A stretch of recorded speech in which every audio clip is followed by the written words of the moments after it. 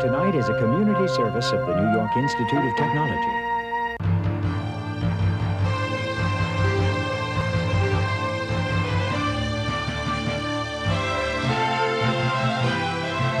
Covering the news of Nassau and Suffolk County's Long Island News Tonight with Ken Eckhart, Carol Peck, and the award-winning LI News team.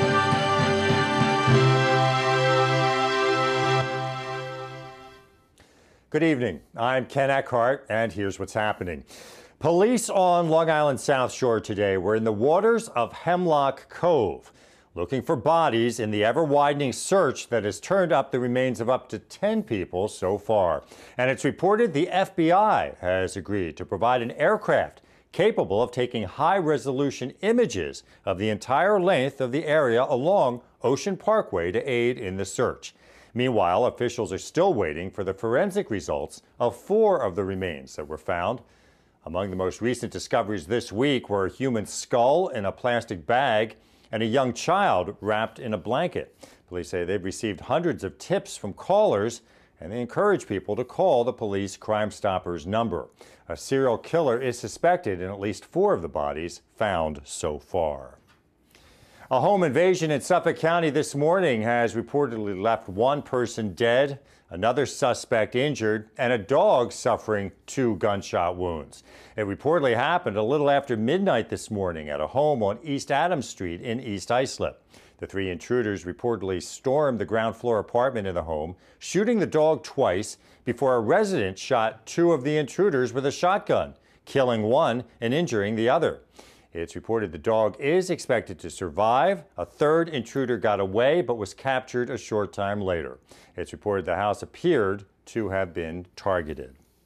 A Long Island man arrested for a bank robbery in West Babylon has now also been linked to 3 other robberies. Police say 53-year-old Steve Sebastopoli of Lindenhurst went into a TD Bank in West Babylon yesterday morning and handed a teller a note demanding cash. The teller complied, and Sebastopoli escaped in an SUV, but was arrested a short time later in Lindenhurst.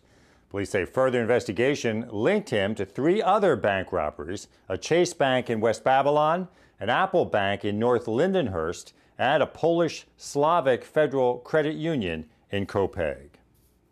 Well, one of the major criticisms following the World Trade Center disaster response were the claims that many of the first responders had difficulty communicating because of incompatible communication devices. It's a problem that officials say they want to get solved once and for all. Adrian Hara reports. Since the tragedy of September 11th, many say inefficient radio communication between first responders during the initial rescue efforts led to many deaths. They say the problem is police officers, firefighters, and emergency medical service workers often use different communication systems. So experts gathered recently at the Cradle of Aviation Museum in Garden City to look for ways to increase homeland security by making sure all emergency responders are on the same wavelength and get the same information at the same time. Interoperable communication is the one thing. If we can get that also done, then people can be much more confident and much more calm, and knowing that the government's doing all that can be done. One system proposed is a broadband network similar to the technology used in Blackberries, iPhones, and other similar devices. It would allow a high volume of crucial information to be received by police officers and other respondents even before they get to the scene. To make sure that the cop that's responding to a place knows everything that he or she needs to know about that location before they get there, and then have the tools to search those databases and pull whatever information they need to make decisions. Information like photos, fingerprints, facial recognition, and other details that the respondent should know before arriving at the emergency scene. That's all information that we want to make sure that the cop that's responding gets. That's what this is all about. Congressman King says the U.S. has made great progress in all other areas since 9/11 except for communications, and the problem has been lingering for too long. He says he is pushing for the system to be up and running in time for the 10th anniversary of the tragic attacks. In Garden City, Adrian Hara, LI News Tonight. A Long Island man sought by police for possession of a gun apparently fled to his mother's house, where he was finally arrested. Police say 33-year-old James Gibson of Newcastle was seen with a gun yesterday afternoon along Maplewood Drive. He reportedly fled when he saw police and went to his mother's house on Dogwood Lane. According to officials, when Gibson saw that his mother's entire house was surrounded by police, he and his family came out and the house was searched, turning up the .45 caliber handgun and ammunition. And Gibson was placed under arrest. A no-kill animal shelter is gambling on the generosity of Long Islanders to help raise some money. A fundraiser is being held on a Long Island casino ship.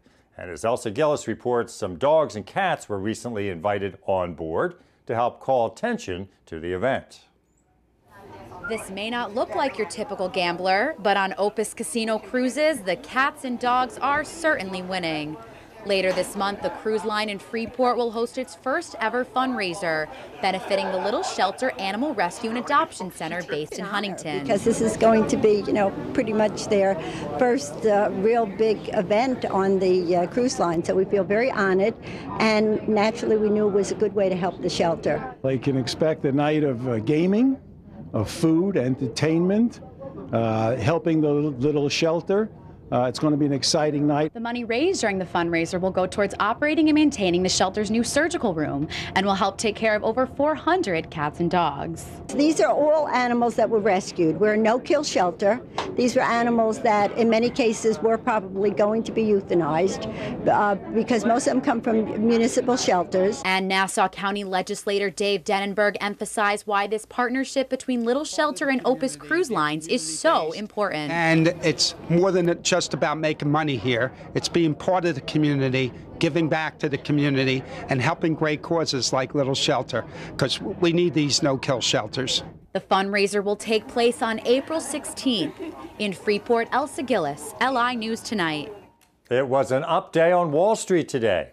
The Dow finished the day up 7.5 points. NASDAQ was up 16 3/4 points, and the S&P was up just a fraction. NYIT's LI News Tonight continues after this.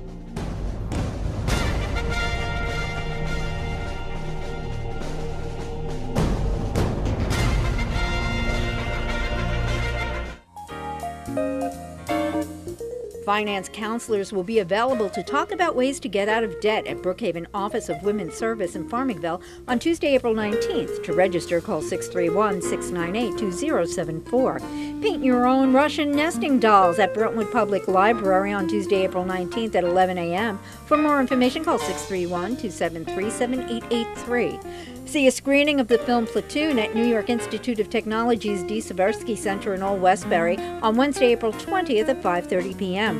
For more information, call 516-686-7567 or take the kids to learn about fly fishing at a clinic for junior anglers at Caleb Smith State Park Preserve in Smithtown on Saturday, April 23rd from 8:30 a.m. till 4 p.m. For more information, call 631-265-1054. If you have an event you'd like included on the LI News Tonight community calendar, send it to linewstonight@nyit.edu.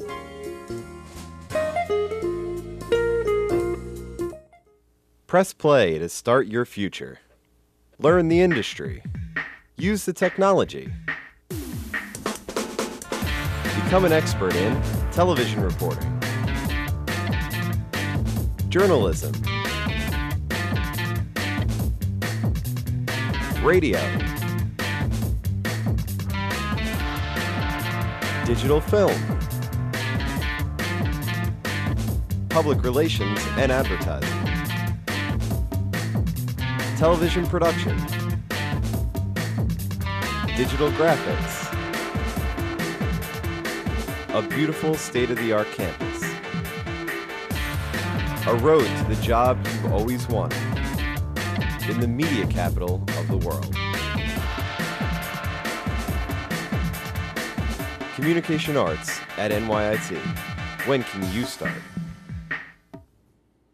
Some headlines around the world today. Flights to the Japanese coastal city of Sendai have resumed a little more than a month after the tsunami swamped airport runways. Airport staff stood waving on the tarmac today as passengers emerged from a JAL Express flight.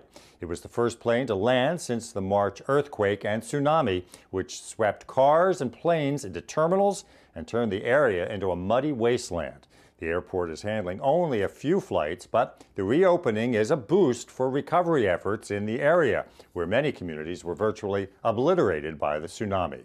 Japan's leaders are urging citizens to focus on rebuilding, despite delays in resolving the country's nuclear crisis.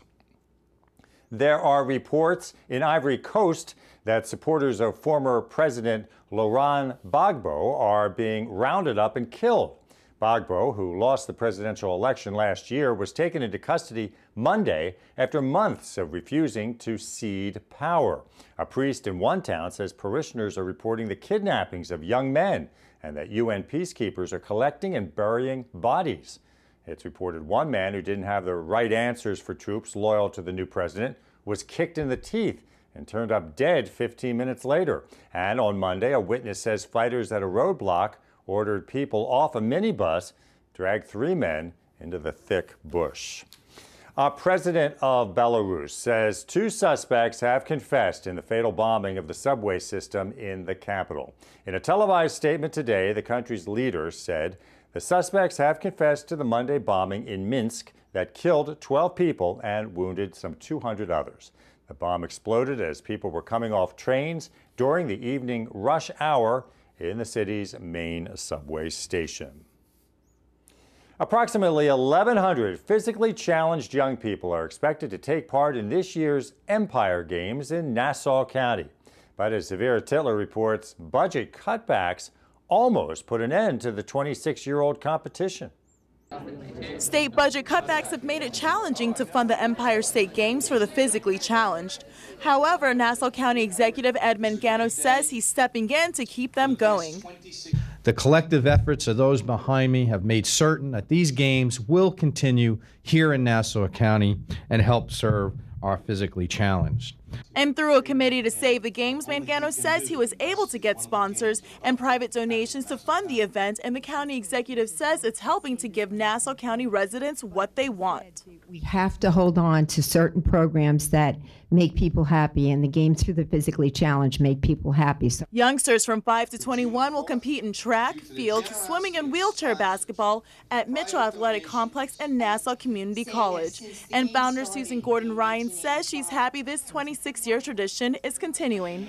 It's close to my heart because really I grew up, I had polio as a child, and I was never involved in physical fitness as a child when I went to school because I was always excused because they didn't have adaptive phys ed. So I really kind of developed the program around my own experiences and what I did not participate in as a child. The games will run from June 2nd through June 4th, and if you want to make donations to help with medals, uniforms, and transportation, you can go ahead and do that online at savethegames.org. In Uniondale, Severa Titler, LI News Tonight. A Long Island woman has been charged with using her company-issued credit card for personal purchases worth thousands of dollars. Nassau County Police say 47-year-old Elizabeth Fitzpatrick of Garden City worked as a controller for an East Garden City medical firm, and in that position was issued a corporate credit card. But police say Fitzpatrick used the company card for personal purchases, including furniture, clothing, concert tickets, and travel, totaling approximately $10,000. Fitzpatrick was arrested this morning, charged with grand larceny. Well, after heavy overnight rain, we had a mostly cloudy day today with a few scattered showers. The high was in the mid-50s. Tonight, showers early with a low in the mid-40s. Tomorrow, partly cloudy and milder with a high in the mid-60s. Friday, partly cloudy, a high in the upper 50s. Saturday, showers returning with a high in the low 50s. And the outlook for Sunday, showers continuing, a high up near 60 degrees. And that's it for NYIT's LI News Tonight. I'm Ken Eckhart. Thank you for watching. We'll see you again tomorrow. Have a good night.